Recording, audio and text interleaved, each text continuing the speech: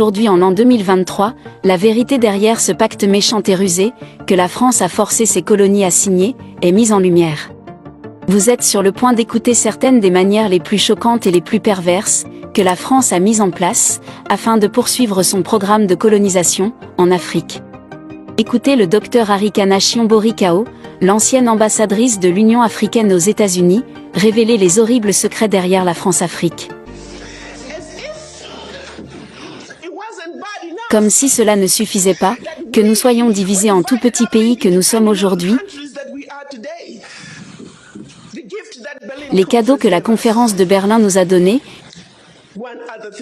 Une autre chose que la France a faite entre 1958 et 1961, sous le prétexte de nous donner notre indépendance en tant que pays africains.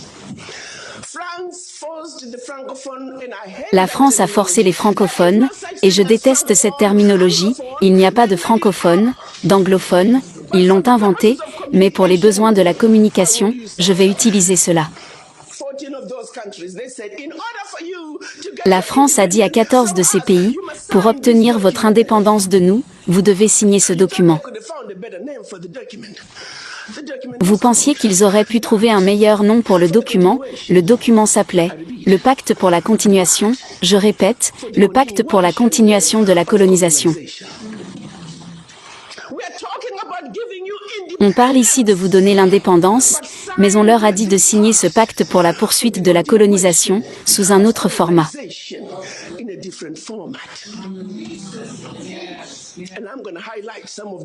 Et je vais souligner certains de ces problèmes, qu'ils ont dit que vous devez accepter, si vous voulez être indépendant. Peut-être faut-il redéfinir le sens de l'indépendance pour les Français.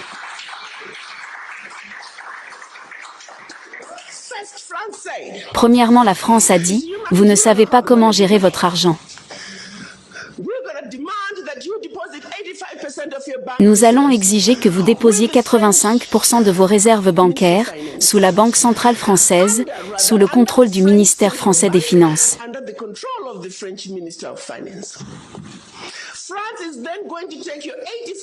La France va alors prendre les 85% de dépôts bancaires, de chacun d'entre vous, déposer ces fonds sur le même marché boursier, sous le nom français, et vous pouvez ou non connaître les rendements.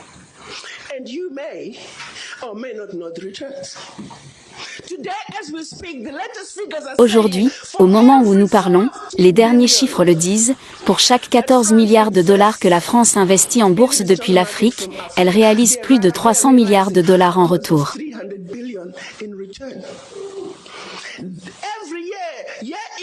Chaque année, année après année, à cause de ces dépôts des pays africains, la France retire de l'Afrique plus de 500 milliards de dollars. Maintenant, essayez de comprendre cela. Pour chaque tranche de 14 milliards de dollars, les retours sur investissement dépassent les 300 milliards de dollars, et ils prennent plus de 500 milliards de dollars. Donc, en réalité, la France retire de l'Afrique des milliers de milliards de dollars, année après année, à nous les pauvres, les Africains. Pour en revenir au pacte, si vous souhaitez accéder à une partie de votre argent, que vous avez déposé auprès de la France, vous devez soumettre les déclarations financières de votre pays. Et si votre demande est approuvée, vous pouvez l'obtenir sous forme de prêt, vous ne pouvez accéder qu'à 20% de votre argent, année après année, sous forme de prêt à des taux d'intérêt commerciaux. Et on parle ici de votre propre argent. Comme si cela ne suffisait pas, ils ont dit, tous vos minerais découverts, encore à découvrir, tout votre pétrole découvert, encore à découvrir, la France et les entreprises françaises ont le premier droit de refus. S'il reste quelque chose dont les entreprises françaises ne veulent pas, vous pourriez l'avoir. Et cela persiste à ce jour. Ils ont dit, vous n'utiliserez que la monnaie que nous avons créée pour vous, parce que vous êtes des Africains spéciaux, nous l'appelons le franc CFA. Il y avait le franc CFA d'Afrique centrale, et le franc CFA d'Afrique de l'Ouest, mais c'est en effet le même animal. Et ils ont dit ensuite, la France est la seule à pouvoir vous l'imprimer, c'était en 1958. Avance rapide, ils l'impriment toujours pour nous. Et si vous commencez à vous conduire mal, ils arrêtent tout simplement d'imprimer votre argent et votre pays est en difficulté. Ils ont également dit, votre langue d'enseignement sera le français. La France aura une présence militaire dans votre pays. Vos militaires ne pourront être formés que par la France. Vous ne pourrez acheter que du matériel militaire à la France. Vous ne pourrez pas avoir toute alliance militaire avec votre voisin. Et en cas de guerre, votre allégeance n'est qu'à la France.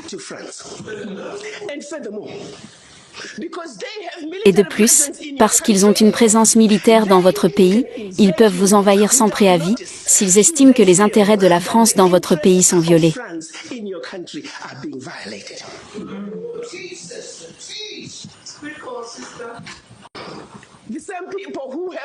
Les mêmes personnes qui ont l'audace de nous dire que nous sommes des pays pauvres, retirent leurs billions d'Afrique chaque année.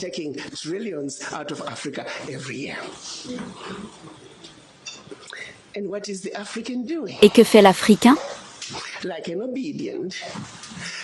Comme un homme noir programmé, obéissant, nous cédons simplement, nous connaissons les faits mais nous ne faisons rien à ce sujet.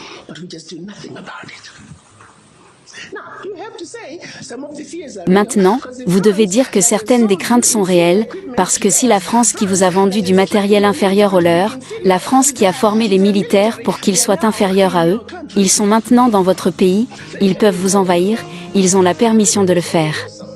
Ils peuvent vous déstabiliser.